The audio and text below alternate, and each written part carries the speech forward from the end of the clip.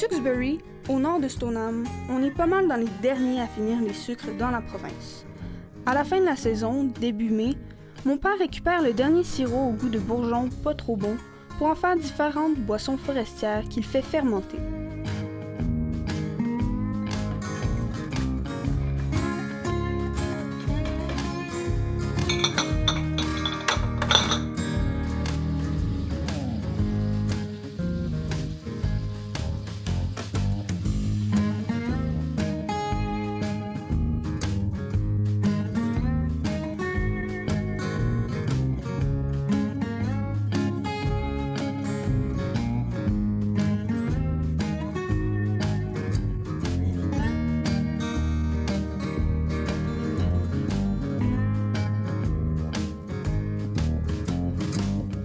Il ne veut pas perdre une seule goutte d'eau d'érable et s'il le pouvait, je crois bien qu'il ferait les sucres à l'année. C'est un homme qui veut tout apprendre, tout connaître et tout faire lui-même en s'entourant des meilleures personnes pour le guider. C'est un peu étourdissant des fois, mais on peut pas dire que c'est un papa ennuyant.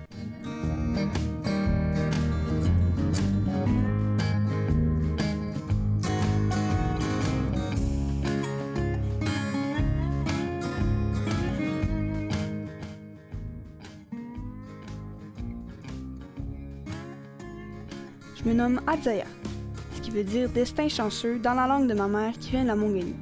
Je me considère effectivement pas mal chanceuse parce qu'avec ma famille, on habite une forêt aux 1000 ressources dans laquelle on s'occupe d'une érablière et où on a construit une sucrerie à quelques pas de la maison. Je vous ouvre aujourd'hui les portes de notre cabane à sucre pour vous partager les rêves qu'on y cultive pour notre région, la MRC de la Jacques-Cartier. Un territoire naturel couvert de forêts à 90% et qui pourrait possiblement devenir, semble-t-il, une région où il se produirait des millions de litres de sirop d'érable.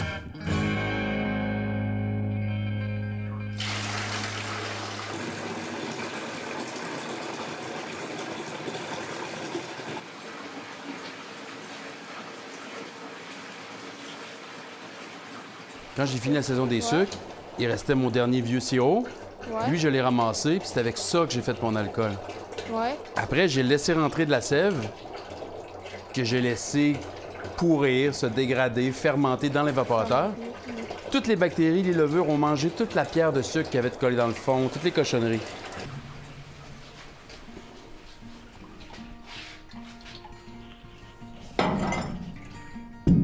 Yes. Et voilà.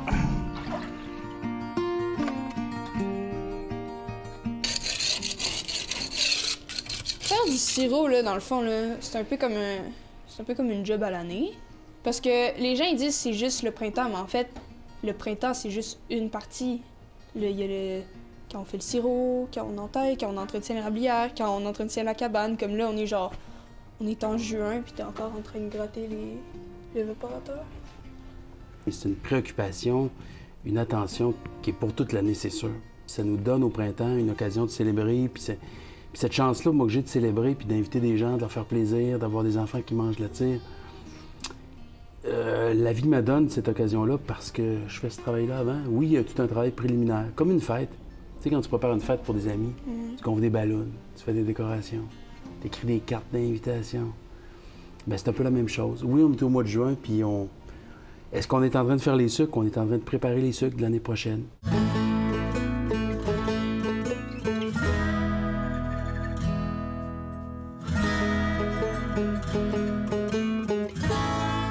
On a construit la sucrerie avec Donald Ouellette, un ami de la famille, en utilisant notre propre bois et en joignant les poutres et les poteaux avec la technologie Tenon Mortaise. C'était important pour nous de bâtir une sucrerie qui donnerait l'impression d'avoir toujours été là, inscrite dans une longue tradition dès sa première année d'opération.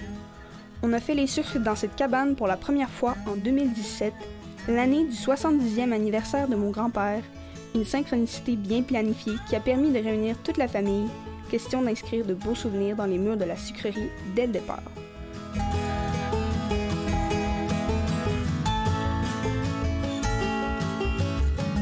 J'avais 11 ans à l'époque et c'est moi qui ai poussé mes parents à se présenter au marché public de notre coin de pays pour y vendre nos produits d'érable. Au printemps où l'on construisait la cabane, j'ai croisé Stéphane Guay et sa blonde Edith Poneau, tous deux biologistes spécialistes de l'érable, à une fête de semences à Québec, et nos familles sont devenues des amies. Stéphane et Edith nous ont beaucoup aidés à démystifier la sériculture. On s'est ensuite enligné sur des recettes gagnantes en mettant en contribution le livre du chef Martin Picard que j'ai eu la chance de rencontrer par la suite et à qui j'ai pu faire goûter mes produits. Parce que c'est moi, pendant les 4 ans où on a fait le marché, qui assumait les tâches de confiserie et j'en suis fière. La cabane a attiré chez nous plusieurs stagiaires, des gens comme Philippe, venu du sud de la France pour vivre l'expérience des sucres avec nous. Et en 2020, alors qu'on a eu congé d'école au printemps, c'est moi qui ai fait bouillir pendant toute la saison. Une expérience qui m'a fait réaliser tout le travail, mais aussi toute la satisfaction que cela représente que d'opérer un évaporateur au bois. Une cabane à sucre, oui, c'est beaucoup de boulot, mais c'est aussi une porte ouverte sur un univers magique.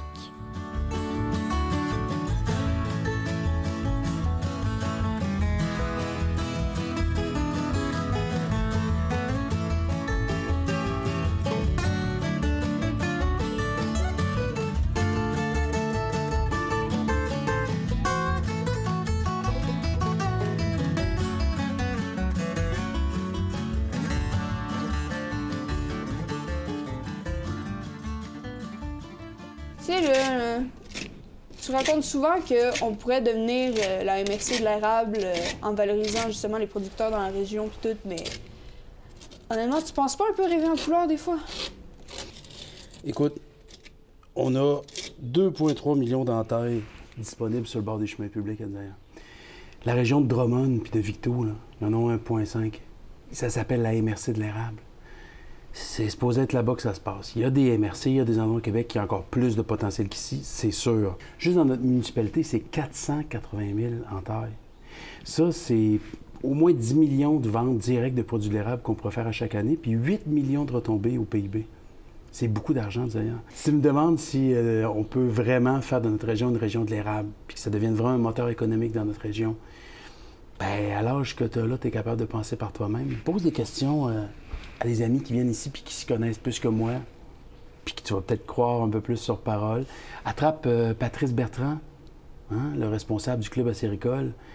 Pogne-le la prochaine fois qu'il vient ici écouter des sirops ou jaser avec moi, puis demande-lui sincèrement. Mon père, il rêve-tu en couleur?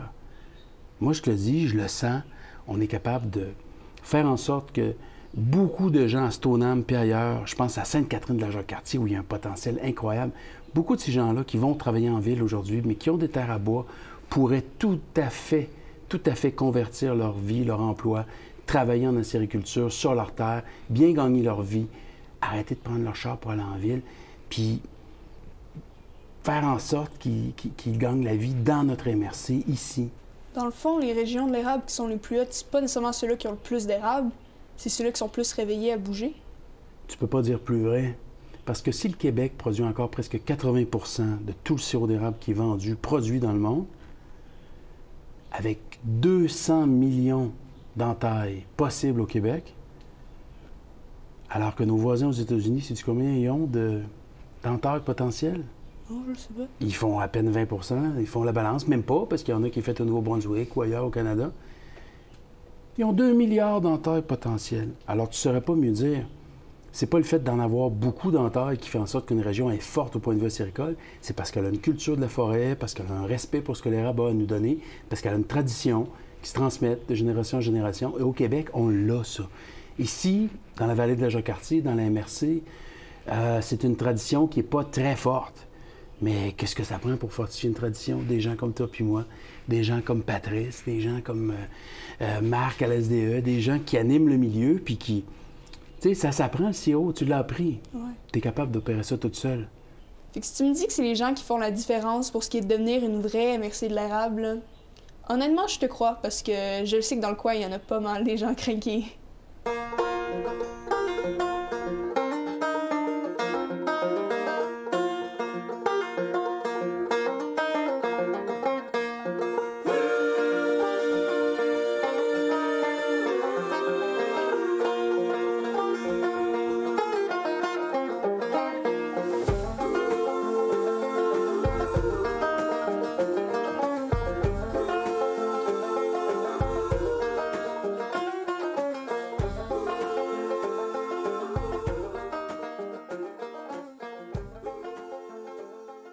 L'an passé, nous avons initié notre projet avec un brûleur, tout simplement, induction.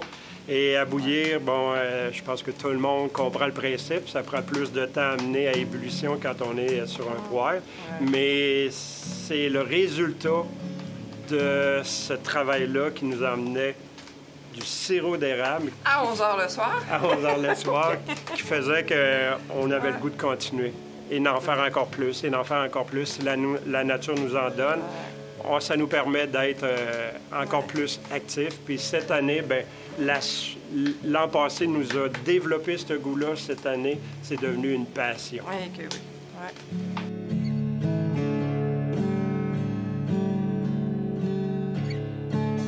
Bien, c'est certain que ouais, mon chum a décidé d'embarquer dans cette aventure-là. Puis je trouve ça intéressant. Ça permet de passer du temps à l'extérieur, dans un temps de l'année où il y a moins d'activités extérieures intéressantes à faire. Puis ben, c'est une belle activité à faire avec les enfants aussi. Là. Fait qu'on va essayer de les impliquer un petit peu là-dedans, puis les amener à participer avec nous. Comme toute chose, il faut faire des sacrifices. C'est des sacrifices de temps. Donc, ici, j'entaille 37 érables à tubulure 316. Ça m'amène environ une saison normale à faire 20 litres de sirop. J'évapore, moi, à 5 gallons à l'heure. Donc, un 19 litres à l'heure. Donc, ça demande beaucoup de temps. Mais le résultat est tellement gratifiant d'avoir faire son propre sirop. Et puis, avec les enfants qui viennent voir ça, ils trouvent que ça sent bon, ils aiment ça goûter, on fait de la tire. Et puis, tout le long de l'année, après ça, bien, on consomme notre propre produit. Quand je suis arrivé ici en 1984, je savais que je me bâtissais dans une ancienne érablière. Tous les noms de rue qui viennent ici, c'est tous des noms, chemin de montée de l'érablière, de la sucrerie, de la cabane. Moi, je reste sur le chemin du chalumeau. Puis c'est mon père qui est arrivé un matin avec 7 chaudières. Il a entaillé 7 arbres. Puis il a dit je veux juste voir si ça coule. Alors cette fois-là, moi, ce que j'ai fait, cette année-là, j'ai commencé à prendre l'eau, puis je faisais bouillir ces ronds de poêle dans la cuisine. Jusqu'à temps que ça renverse puis que ça colle un peu partout. Fait que ça a été la fin des sucres cette année-là. On a fait peut-être un petit verre de sirop. C'est faisable par n'importe qui. Il faut juste avoir les bonnes bases, participer à des rencontres informatives pour savoir quels équipements sont essentiels pour finir avec du sirop. Il y en a qui peuvent faire ça avec du thermomètre à bonbons, mais ça change selon la température. Donc, je dirais, tout type de métier, la passion, elle va venir parce que tout le monde qui goûte à son propre sirop d'érable devient en extase devant ça. Ah, des fois, je te dis, coudonc, tu sais, ça va donner quoi? Hey, ça doit donner quoi? C'est plaisant. Ça donne du beau sirop. Ouais. Fait que c'est la motivation qu'on a qu'à chaque fois de tout le travail. Mais quand, là, à 11 h, on coulait le sirop. Ah, Pas tout juste, ça oublié. pas seulement avec le sirop, chérie. Non. Notre sirop. Notre sirop. Notre sirop, c'est ça qui faisait la différence. Ouais. Donc, pour ce qui est de moi, dès qu'on arrive du travail, toutes les deux, on met les bottes de neige, puis on part toutes les deux ensemble, on fait le tour. On est rendu à 500 entailles, encore tout à la chaudière. Donc, la job de ramasser l'eau d'érable, de faire la collecte, ben c'est moi et mon frère qu'on fait ça depuis des années. Puis ça, c'est une petite partie du travail de la cabane. T'sais. Avant ça, c'est le bûcher le bois, faut du bois pour faire le sirop. Donc, à l'automne, c'est de ramasser les arbres, les couper, les fendre, les corder. Donc, c'est motivant, il fait beau, là, c'est le printemps qui arrive, le soleil, il fait beau, on prend une bière après. C'est beaucoup de souvenirs puis de facteurs qui font en sorte que tu vas pas de reculons en cabane là, pour travailler. Même si ça te prend 3 heures, tu cales jusque-là en raquette, puis tu ramasses de l'eau, puis tu t'en échappes partout. On a du fun pareil. Fait que c'est ça qui est motivant.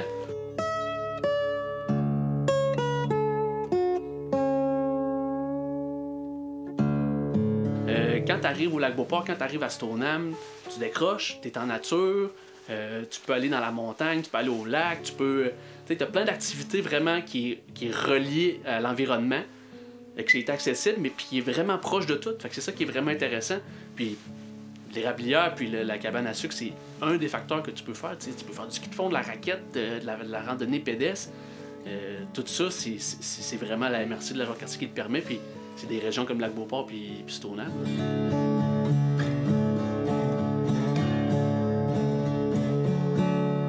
personne qui nous guide et qui nous aide à passer à un autre niveau depuis un moment, c'est Patrice Bertrand, ingénieur forestier et conseiller dans le club d'encadrement acéricole de notre région. Patrice et mon père se complètent bien. Mon père rêve à vitesse grand V et Patrice le ramène gentiment sur la terre tout en l'encourageant à se dépasser et à toujours mieux faire. Ils discutent autant d'aménagement de la forêt que de qualité du sirop et du potentiel de notre région afin qu'elle soit reconnue un jour comme un joueur important dans le monde de la production acéricole.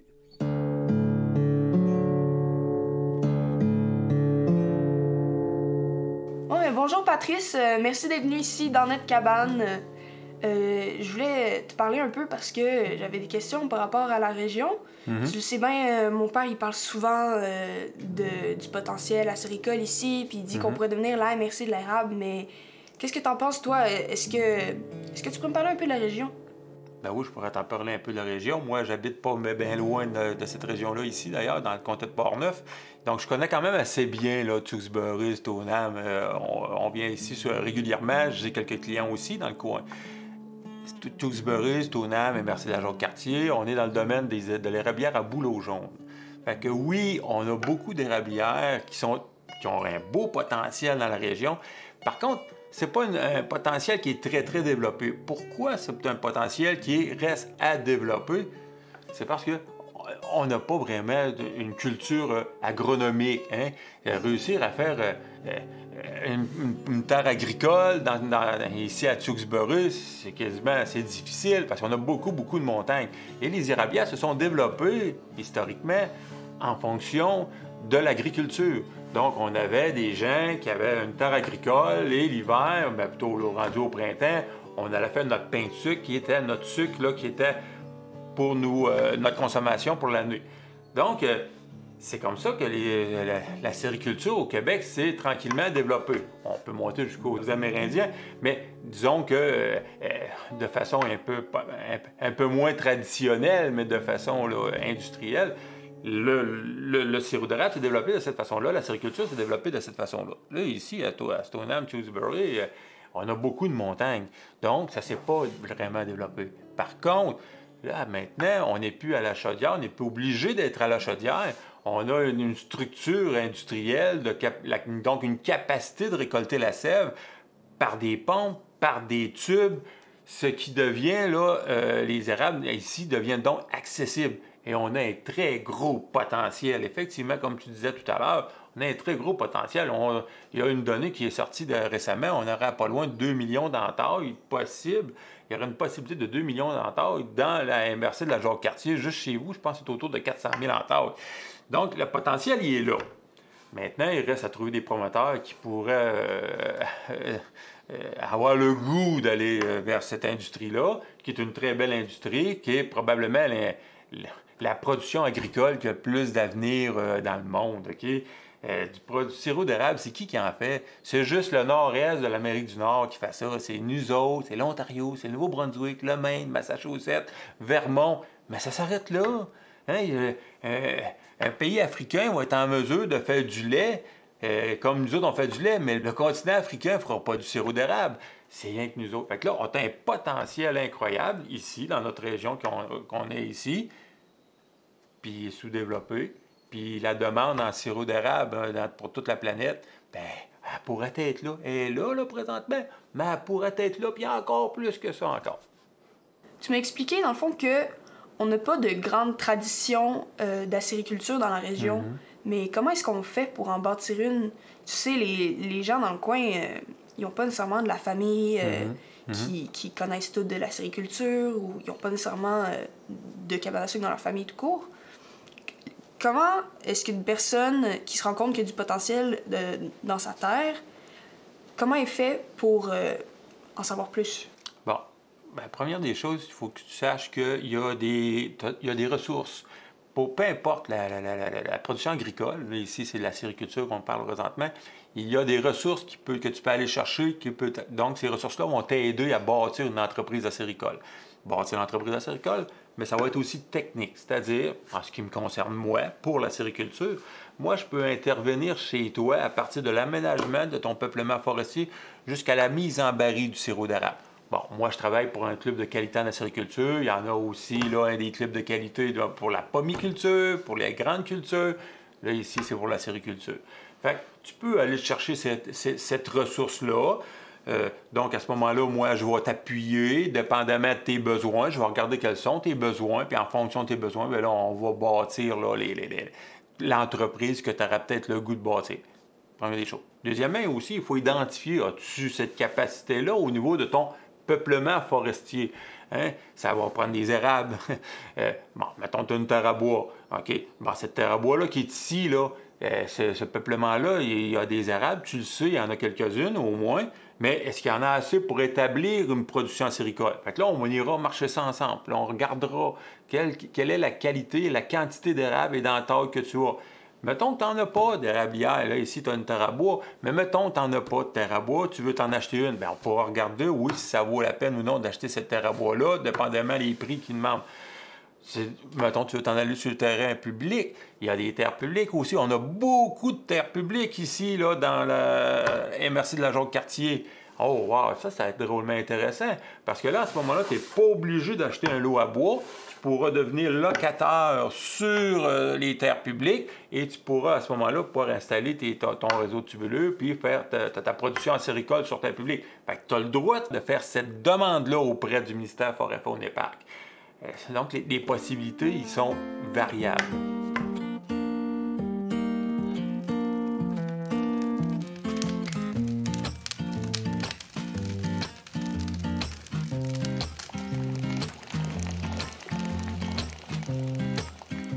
C'est excitant de sentir que ça commence à bouger dans notre MRC et que de plus en plus de gens commencent à réaliser l'incroyable potentiel de nos érablières. Développer la sériculture à notre époque, alors que beaucoup d'innovations sont apparues au cours des dernières années et que de nouvelles manières de faire se mettent en place tranquillement, c'est inspirant et ça donne de l'espoir pour imaginer une économie un peu plus tournée vers la nature, avec une attention pour que ça perdure. Quand j'entends parler de transition écologique, j'ai souvent l'impression que les gens veulent continuer à vivre de la même manière en espérant que leur consommation devienne simplement plus verte. Ce que je vois avec la sériculture et les métiers du territoire, c'est plutôt une autre manière de vivre où on consomme peut-être plus d'aventures et de défis que de biens matériels. En plus, on partage des valeurs qui nous comblent, qui donnent du sens à ce qu'on fait à chaque jour et qui nous rapprochent pas mal plus de la forêt que de simplement faire du recyclage. J'étais un résident de la Jacques-Cartier, là, puis on cherche souvent qu'est-ce qui peut nous définir. Puis la place de l'acériculture, moi, je pense que ça m'a vraiment frappé de voir tout le potentiel acéricole qu'il y a dans la région. Et là, tu dis, il y a un potentiel important. Il faut saisir cette opportunité-là. Puis ça ne sert à rien de voir ça dans... Oui, il faut le regarder d'une façon globale, mais je crois beaucoup, moi, à la théorie des petits pas. Un projet à la fois. Le sirop d'érable, je l'ai déjà dit, c'est un produit qui est noble.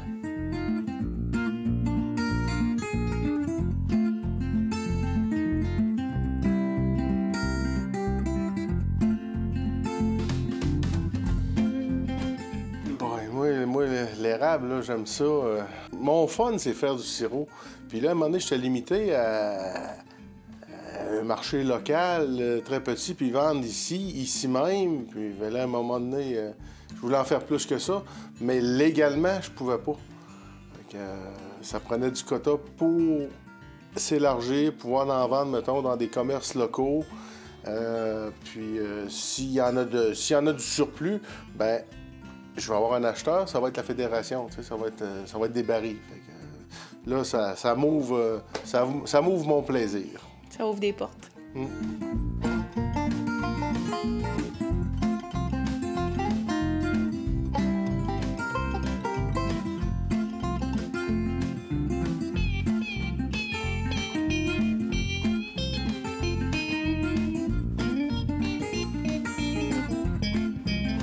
L'avenue de la sériculture dans la MRC de la Jacques-Cartier, c'est une voie... c'est une voie qui vient nous permettre de voir d'autres choses que la simple, je dis la simple, là, mais que la foresterie. Donc, c'est une autre avenue. Puis, dans le créneau et dans l'ADN de la MRC de la Jacques-Cartier, c'est fondamental de penser qu'on puisse explorer d'autres avenues comme la sériculture.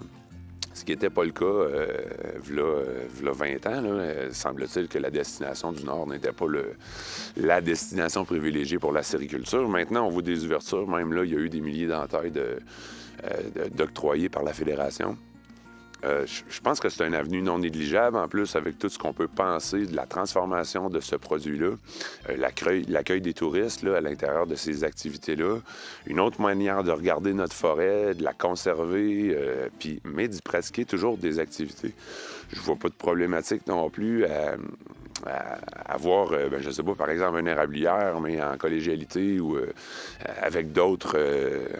disons, d'autres activités sur place, là, les sentiers, l'exploration, peu importe ça. C'est des avenues, je pense, non négligeables qu'il va falloir encourager. Puis d'ailleurs que la MRC de la Jacques-Cartier encourage déjà dans leurs différentes planifications économiques. Le contingent, il a été mis par tirage au sort. Alors, celui qui l'a, bien, il l'a, puis celui qui ne l'a pas, bien, malheureusement, il n'y en a pas. Mais ça ne veut pas dire nécessairement qu'il faut baisser les bras. Il faut vraiment garder à l'esprit le projet et de voir comment est-ce qu'on peut passer pour réaliser ce qu'on doit mettre en place. En travaillant, j'avais un écran qui était sur le tirage au sort. Il y avait inscrit qui marquerait les résultats sur le site un peu plus tard dans l'après-midi. J'y allais régulièrement pour voir si c'était sorti. Ça a sorti, je pense, vers 3h30 à peu près. Là. Fait que j'étais bien contente. Ouais.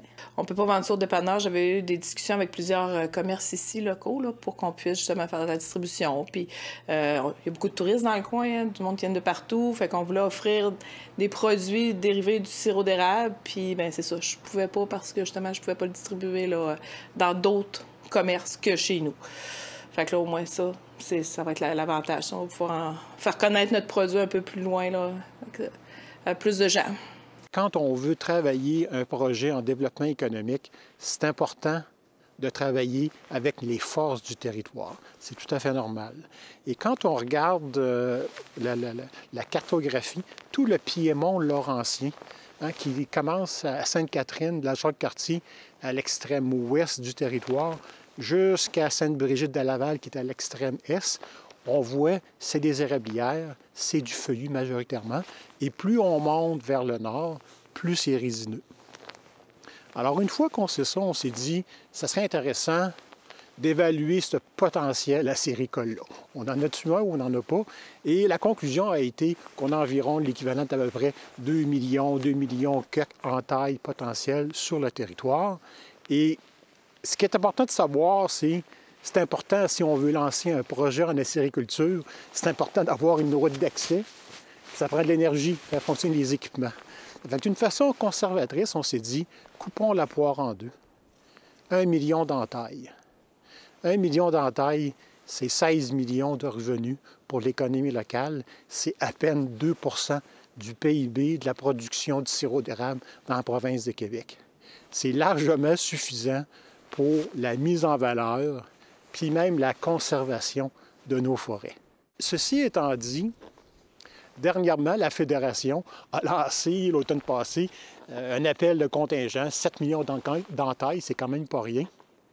Puis je sais qu'il y a beaucoup de propriétaires de boisés privés ici sur le territoire qui ont obtenu ce contingent-là. Et également, il y a la Régie des marchés agricoles qui ont assoupli certaines règles autour de la production de sirop d'érable. Et là, on se dit que ce serait vraiment intéressant. On a vraiment des ingrédients pour mettre en place un projet. Au début, on se disait que ce serait intéressant de mettre en place un centre de bouillage collectif dans lequel on pourrait créer une marque de commerce forte. Puis même à la limite, un produit d'appel touristique important. Je te parle de l'industrie touristique parce que l'industrie touristique sur le territoire, c'est un secteur d'activité qui est extrêmement important. Et là, on se dit comment est-ce qu'on peut marier cette industrie touristique-là, donc l'affluence de touristes qui viennent dans la région, et un projet en acériculture. Et c'est là que le projet évolue, et là, on s'enligne beaucoup plus vers un projet holistique. C'est-à-dire, on viendrait mettre en valeur tout l'aspect culturel d'un projet en acériculture, hein, l'historique. Ça part de où, comment dire, le sirop d'érable? Tout le côté éducatif. Les gens, là, Ils savent qu'il faut entailler un érable, puis il y a un évaporateur, puis il sort du sirop d'érable. Mais oui, c'est ça la production, mais il n'y a pas juste ça. L'aménagement du territoire, comme on dit, c'est une variable qui est extrêmement importante. Puis quand quelqu'un investit dans l'aménagement de sa forêt, il crée une plus-value à son lot forestier. Bien, dans un monde idéal, c'est sûr que, bien, premièrement, j'aimerais savoir plus de temps. Fait que je pourrais faire plus de transformation. Puis c'est ça, j'aimerais ça distribuer, comme on dit, dans les commerces locaux. Puis peut-être, éventuellement, à un moment donné, là, pouvoir me faire une petite place pour moi aussi, là, pour les distribuer comme plus en bas, là, au village, là. Mais, ouais, ce serait ça, là, faire plein de produits, là. Faire des tests, là, j'aime ça aussi, là. J'ai agrandi mon répertoire de produits, donc je ferai d'autres tests, je ferai d'autres essais.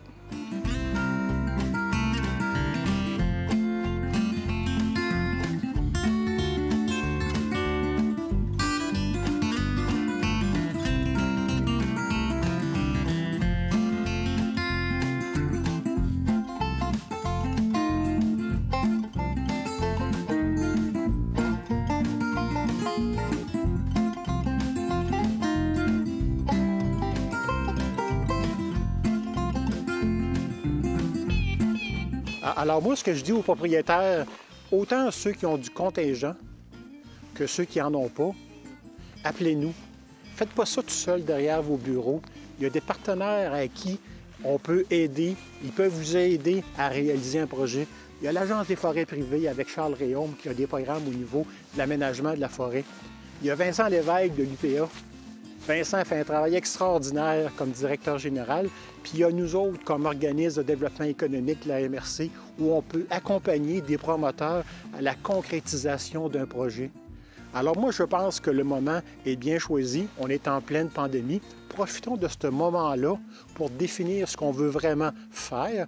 Puis à la limite, là, si ça peut mettre les balises vers un nouveau mode de vie, que ce soit autant pour les citoyens de la Jacques-Cartier que l'ensemble de la population, on dira mission accomplie.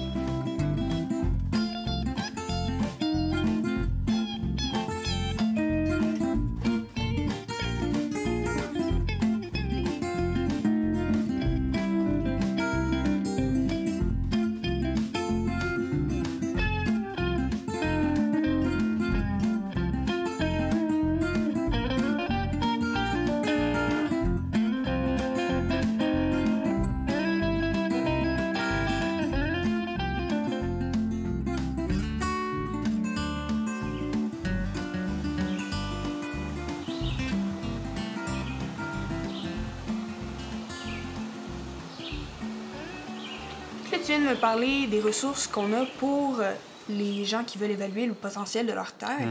Mais qu'est-ce qu'on fait si on veut évaluer son potentiel à nous en tant que sucrier?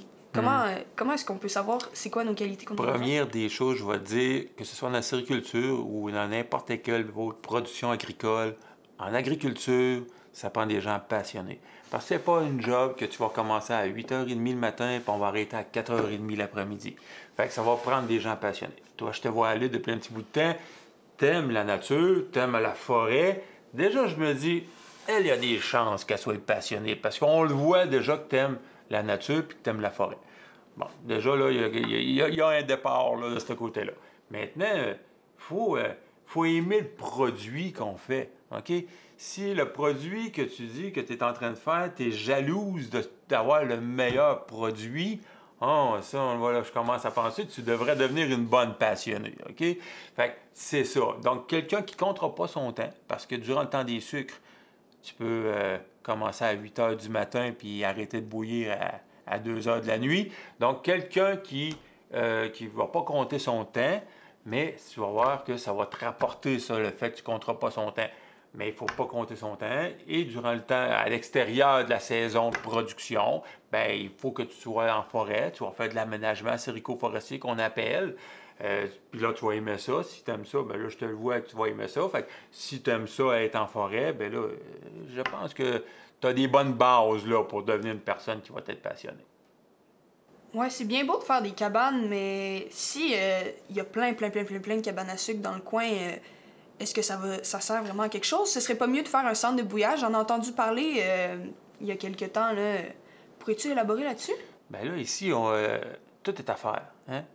Il y a quelques petites entreprises acéricoles, mais avec les augmentations de contingents qu'on a eu au niveau de la PPAQ l'année dernière, on sait qu'on en aura encore d'autres l'année prochaine, probablement encore d'autres dans les années futures.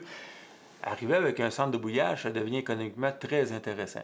Parce que partir une entreprise acéricole, ça coûte quand même beaucoup d'argent. Et si tu n'es pas obligé de t'acheter une bouilleuse, mais qu'en réalité, tu te trouves à te dire une grosse structure, une grosse cabane, bien, en réalité, si tu te trouves à dire, regarde, nous autres, on va se faire en sorte de s'unir entre nous autres. On va faire une grosse cabane pour tout le monde, un évaporateur ou 2 évaporateurs pour tout le monde. Bien là, économiquement, ça devient drôlement plus intéressant pour l'entreprise qui aura peut-être juste 4 ou 5 000 entailles. Fait que là, la personne aura son 4 ou 5 000 entailles, aura sa station de pompage, possiblement un concentrateur pour faire en sorte d'avoir moins d'eau à transporter, mais c'est pas obligatoire. Il pourrait y avoir aussi un concentrateur au centre de bouillage. Donc là, ça devient là, des entreprises qui sont réalisables financièrement parlant.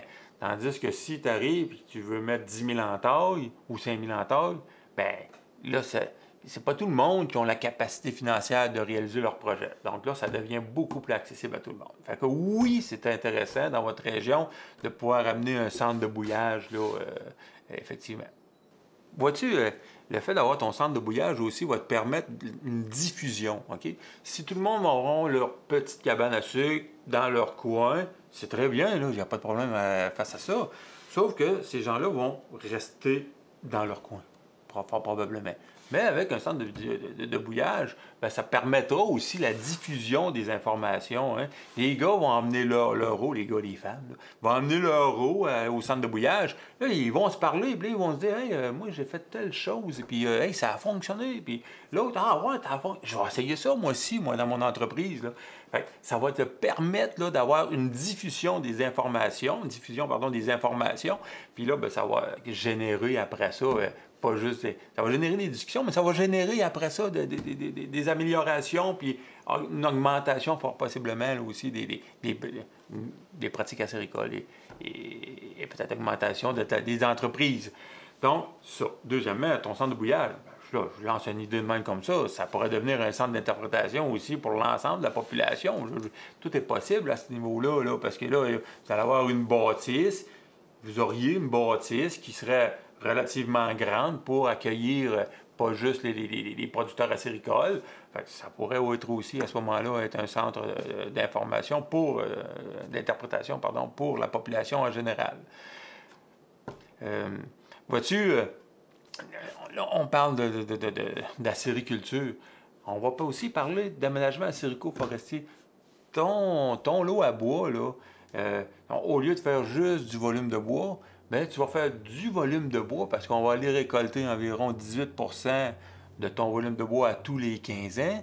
Mais en plus, à toutes les années, tu vas produire du sirop d'érable aussi qui va t'amener une plus-value, qui va t'amener une économie, là, des argents neufs dans la région. Fait que tout ça là, va te faire en sorte de s'approprier. Vous allez faire en sorte de vous approprier le territoire pour faire du développement économique, avoir une rétention, toi t'es jeune, avoir une rétention au lieu que tu sois pogné pour aller travailler à Montréal ou ben, tu vas rester à travailler ici, tu vas être capable de gagner ta vie ici à l'intérieur de ta terre à bois. Oh, c'est drôlement intéressant ça là.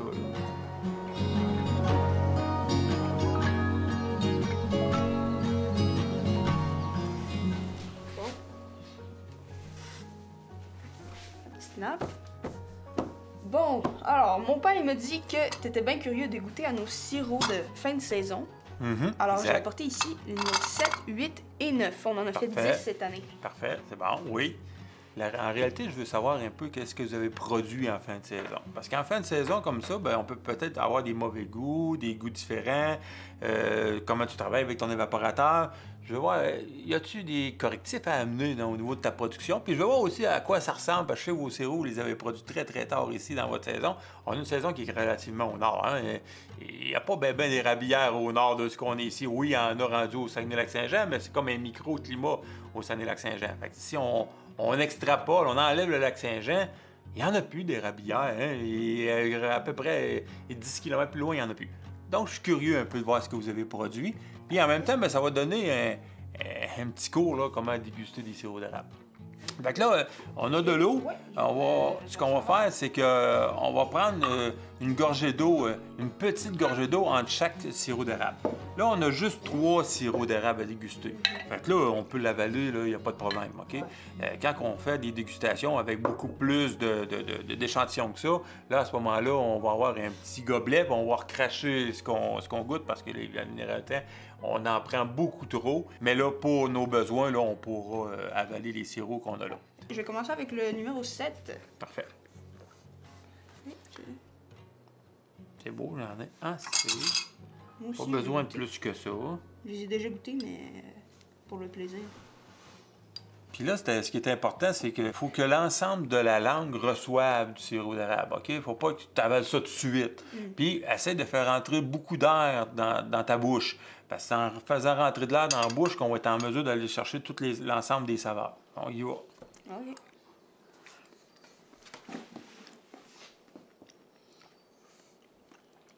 C'est intéressant. C'est beaucoup d'érable avec un petit caramel. Même que j'aurais cru avoir plus de caramel que ça. Vu que c'est un sirop de relativement de fin de saison, fin de saison même, j'aurais cru avoir beaucoup plus de caramel que ça parce que en fin de saison, on a beaucoup de glucose au niveau de sucre inverti dans l'eau d'érable. Ça, ces sucres-là, c'est des sucres qui vont caraméliser facilement. Mais là, c'est vraiment le goût d'érable qui prédomine avec un très léger caramel. C'est très intéressant. Je l'ai encore, ça fait quoi? Ça fait une minute que je te parle. Je l'ai encore dans la bouche. C'est un super de bon sirop d'érable. C'est drôlement le fun. Normalement, on devrait... On n'a pas d'autres cuillères. On va faire ça de même pour être certain qu'il ne reste plus. Là. Puis là, on va en goûter un autre. Puis, on va prendre une petite gorgée d'eau. Ouais. OK, on y va au 8e. Numéro 8.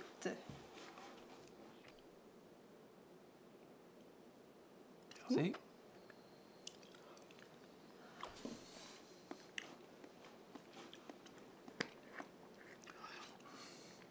OK. Là, il est un petit peu différent. Le goût d'érable n'est pas là. C'est un goût léger caramel avec, on dirait qu'il y a du miel un petit peu. Vois-tu, un peu comme un petit goût de miel. Moi, ce que j'aimerais te demander, puis là, tu t'en souviendras pas probablement parce qu'on est rendu trop tard, mais y a-tu gelé bien fort dans la nuit avant de produire ce sirop-là? Des fois, quand il gèle bien fort, puis ça fait longtemps que ça n'a presque pas gelé, puis là, ça a gelé bien fort durant la nuit, ça vient changer les micro-organismes qu'il y a dans ton réseau de tubuleux, et là, tu vas avoir comme un petit goût de miel. J'ai comme un petit goût de miel qui est très intéressant. J'ai aucune sève, c'est impressionnant, j'ai aucune sève.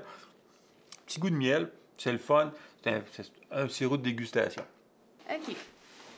Donc là, on va goûter au 9e, puis je pense qu'il était produit le 6 de mai, tu m'avais dit, hein? Ouais, c'est juste un jour après le 8, dans le fond. Super, fait que je te laisse nous servir ça. Ouais.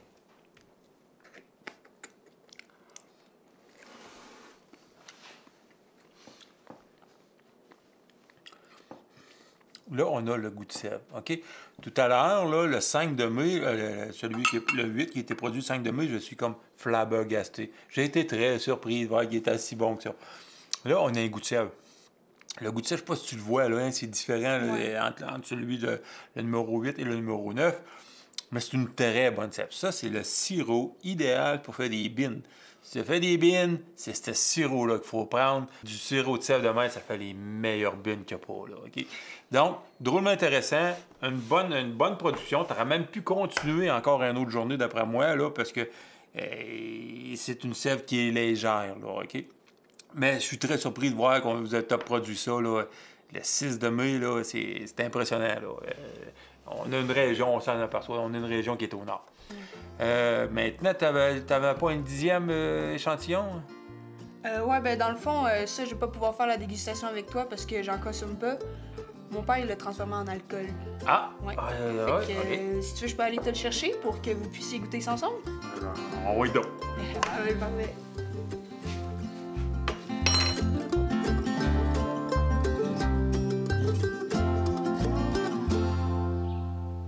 Bonjour. Bonjour Patrice. Allô, allô. Adjaïa est venue me voir pour me dire que tu voulais goûter à notre sirop interdit, le 10e interdit aux jeunes. Oui. Le truc que j'ai trouvé, moi, pour recycler ça, parce que je suis un gars qui aime bien ne pas perdre, tu sais, tout ce qui s'appelle production alimentaire, hein, que ce soit ce qu'on fait en maraîchage ou je veux aller chercher tout jusqu'à la dernière goutte, ben, j'ai commencé à faire fermenter ça. Il y a des gens qui font du vinaigre, tu le sais. Moi, ce qui m'intéressait, c'était de faire un alcool avec ça. C'est le fun, tu sais, les sucres finissent. Le temps que tu désentailles, tu te laves, il y a un petit mois et demi qui passe quand tu as fini de remettre ta cabane d'ouette, puis pouf, tu as une batch d'alcool qui est prête à déguster pour célébrer ton été puis ta fin de saison. Ça attire le fun, puis on en reparlera après y avoir dégusté, mais moi, je suis vraiment curieux du potentiel de développement économique aussi de ces produits-là. Je n'ai pas la prétention de faire un produit fini. Je pense qu'on a quelque chose, mais je vais te le faire goûter avant. Tu vas me dire ce qu'il y en est. Alors, ce que je fais bien simplement, moi, à la fin de la saison, c'est que je prends le dernier sirop, donc, puis je regarde un petit peu où j'en suis dans mon taux de sucre, puis en fonction de ce que je veux faire comme alcool. Là, j'ai été paresseux un peu. J'aurais pu faire ça à 5 mais pour avoir des moins gros volumes, puis je voulais faire juste une tourie, puis tu le sais, à la fin des sucres, on a pas mal de choses à faire. Je l'ai monté, puis là, ça, c'était à 10 d'alcool. Je voulais faire quelque chose qui était une espèce de Sprite pour adultes. Je voulais faire quelque chose de désaltérant avec une petite bulle fine et qui évoque la forêt aussi. Donc, ma recette, en ébullition pour pasteuriser mon sirop, parce que tu le sais, quand après une journée ou deux dans l'évaporateur, il y a déjà de la vie qui commence à s'installer là-dedans. Je l'ai pasteurisé et je l'ai bouilli avec du houblon. J'ai introduit du houblon que je fais pousser ici aussi. Je voulais faire quelque chose qui était proche à IPA. C'est une bonne amertume. Fait que j'ai mis une bonne dose de houblon frais de chez moi à l'ébullition. Mais là, tu étais en train de vendre toute ta recette à tout le monde. Là. Ben, moi, je suis bien heureux de ça. Je veux que ça se propage. Tu sais, ici, tu le sais, notre érablière, c'est tout petit. Nous autres, on a 300 en taille au maximum. Je peux pas espérer, moi, gagner ma vie avec ce que je fais ici. Puis si je voulais faire une boisson comme ça, commercialement, ça me prendrait 4000 en taille pour avoir le petit permis. C'est un permis magique. C'est sûr que si j'avais le 4000 en taille pour faire une production de boissons, moi j'appelle ça des boissons forestières, mais c'est de la vinification, le processus que je suis. Ça se pourrait que je change de carrière. Là. Je trouve que c'était vraiment... Écoute, je fais 11 fois le volume du sirop d'érable pour un produit qu'on pourrait pratiquement vendre le même prix. Moi j'ai le sentiment qu'il y a une grande opportunité là-dedans, mais je vais te le faire goûter.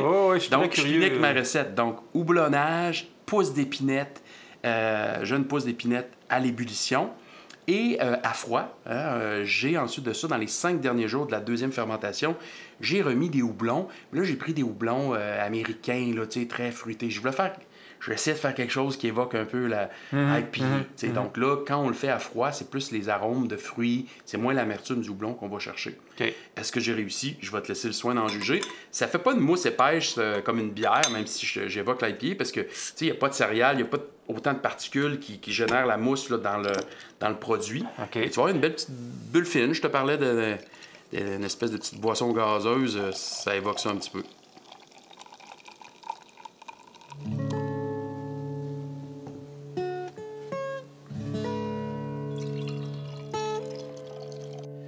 Santé, Patrice.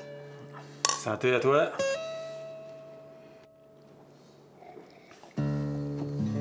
OK, ouais, là, on sent ton épinette. Ben, ça a sa place comme produit, ça. Puis, est-ce que tu retrouves l'érable là-dedans ou pas? Je ne retrouve pas l'érable. Effectivement. Souvent, si j'avais pas mis la pousse d'épinette, ce que ça fait, là, c'est poire. C'est gros fruit, poire confite. Moi, j'ai pris mon fond d'évaporateur. C'est du recyclage. Au point de vue de mon économie familiale, je trouve ça super intéressant. Je me ramasse avec l'équivalent de 4 caisses de 24 de 500 ml. J'ai mon été pour accueillir mes hôtes généreusement. Mais au point de vue de l'industrie, on pourrait amener ça, on peut le monter à 10, 12, 15 brix. On pourrait juste osmoser de l'eau de fin de saison sans même consommer des combustibles pour la bouillir. Puis tout de suite avoir le produit qu'on peut fermenter. Puis si on parle de boissons moins alcoolisées, si on descend, c'est très à la mode, là, le très faible taux d'alcool, 2-3 pourcentage. Bien là, il me semble, c'est là j'aimerais savoir ton avis, mais tout le merisier qu'on a dans le coin ici, récupérer l'eau de merisier qui est juste à 0,5 de sucre, mais là qu'on osmoserait à 8, à 10, à 12, pour en faire des boissons alcooliques, ou même, sans les fermenter, faire des boissons, des breuvages pétillants, là, comme on a dans le commerce. Pourquoi pas? Le merisier a des propriétés, des vertus là, qui au niveau de sa sève, qui est très intéressante au niveau de la santé de l'être humain. Fait que pourquoi pas réussir à créer une boisson avec du merisier, ce serait super. Là. Puis je me dis, oui, le sirop, bien sûr le sirop, toujours le sirop. Mais de la même manière qu'on est passé du sucre au sirop, parce qu'avant, on conservait tout notre sucre en pain de sucre, est-ce que là, on n'est pas, puis c'est toi qui peux me le dire, tu es un observateur d'industrie, on n'est peut-être pas à un carrefour là, où il y a plein de nouvelles opportunités pour les sèves en général? Ben, je te dirais plein de nouvelles opportunités, mais avant d'aller vers ça, OK? Là, mettons tu fais du sirop pour la Fédération, ça s'appelle les producteurs acéricoles du Québec. Bien, ça va être, mettons, la base. Ça, tu vas aller chercher à peu près 2 piastres. Et ça va, ton revenu, là, si tu enlèves... tu as un 18 cents à verser à la Fédération ou plutôt à l'Association productrices acéricoles du Québec, bien, ça va te donner à peu près 2,83. Qu'est-ce qui va te rentrer là, à chaque livre de sirop d'érable que tu vas produire? Ça va donner 2,83 $. Mais si tu vends ton propre sirop d'érable dans des cannes, là, tu as 30 % de plus d'argent qui rentre dans tes poches. Et là, si tu fais de la transformation, des bonbons, des choses de même, là, c'est encore plus de plus-value, OK? Moi, j'ai une de mes clientes, à peu près 1000 entailles. Ils font pas loin de 40 000 $ par année avec juste 1000 entailles. Là, ils font plein de bonbons, des produits dérivés, puis elle est pas loin du 40 000 $ par année. Là, tu viens de me parler un nouveau dérivé, OK? Ça, c'est quelque chose qu'on connaît peu ou très peu, mais qui se développe. Fait que là, tu as encore là, une plus-value à ta production acéricole. Dans les breuvages, ce que je trouve intéressant, c'est qu'il n'y a pas de cuisson, il n'y a pas de transformation très complexe. Surtout des boissons comme celle-là, que j'appelle boisson forestière, qu'on pourrait aromatiser avec de la cerise à grappe, avec plein d'autres produits, plein d'autres petits fruits de la forêt. Bien, c'est même pas un produit, justement, qu'on a transformé 2 puis 3 fois avec nous. Non. Ouais. C'est de l'eau d'érable, on l'osmose, de l'eau de merisier, on l'osmose, on la met dans des barils pasteurisés. Quand on en a besoin, on monte ça à la température donnée, on ensemence ça avec nos levures, ça prend des cuves, de l'embouteillage. C'est comme... il y a encore moins de modifications, si on peut dire, du produit originel, puis on se retrouve avec des volumes à vendre qui sont plus importants. Donc, quand je te dis que je vois plein de nouvelles possibilités, puis j'ai l'impression qu'on est comme à un nouveau chapitre. Tu sais, je vois la demande qui est en croissance, la délivrance aussi de nouveaux quotas, tout ça. Donc, tu me confirmes que c'est pas juste moi avec mon enthousiasme. Il y a un renouveau, il y a peut-être un nouveau chapitre qui s'ouvre. Il y a des gens qui cherchent. Là, vois-tu, là, tu as mis de l'épinette là-dedans. Là, OK? Là. Il y a des gens qui cherchent à s'approprier les nouvelles saveurs forestières ou en tout cas de campagne. Il y a une clientèle pour ça. Là. Puis on le voit là, sur Internet, là, les gens ils veulent s'informer. Qu'est-ce que je pourrais faire avec la plante que je viens de trouver dans mon jardin? T'sais. Fait que oui, il y a quelque chose à faire avec ça. Là.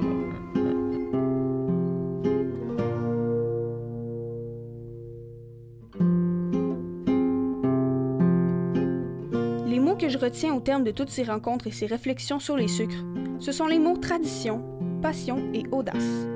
Parce que faire les sucres, que ça fasse 1 an ou 50 ans qu'on y soit investi, c'est une activité qui permet de s'inscrire dans une tradition qui nous relie à tout le monde sur le territoire, en commençant par les Premières Nations qui nous ont légué cet héritage. Pour ce qui est de l'audace, ça va nous en prendre pour devenir une véritable région de l'érable. Mais quand je repense à toutes ces inspirantes personnes qui débutent dans notre MRC, ou des acériculteurs qui ont des productions plus sérieuses comme Serge Bureau, ou encore des gens impliqués avec autant de passion dans le développement économique de l'érable comme Marc Giroux, je me dis qu'on est sur la bonne voie, car j'ai bien compris que pour réussir une entreprise, ce n'est pas en mettant l'argent ou les machines au centre de nos préoccupations qu'on y arrive, mais plutôt en misant sur les gens, leur passion, leur audace et leur envie de bâtir des traditions qui durent dans le temps.